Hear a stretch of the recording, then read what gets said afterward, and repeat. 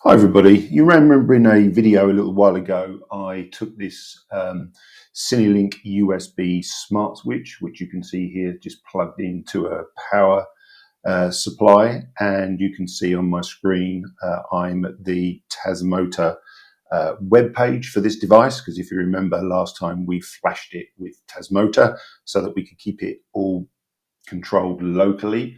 But what I don't like is the way the LEDs work. It's counterintuitive.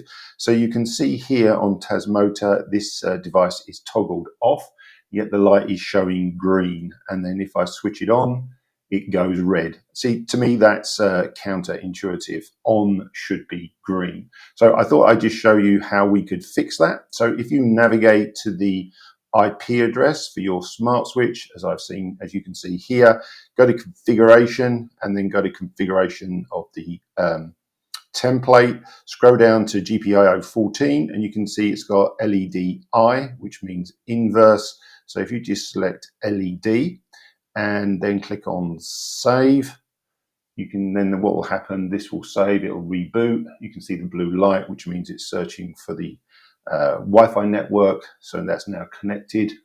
And now it's off, and you can see there's no LED on. If I switch on, it goes green. Off, no LED, on is green. I think that's much better, and that's how it should be. So that's it, just a very short video. I just thought I'd let you know how to correct that. And now I think these little Cinelink devices are perfect.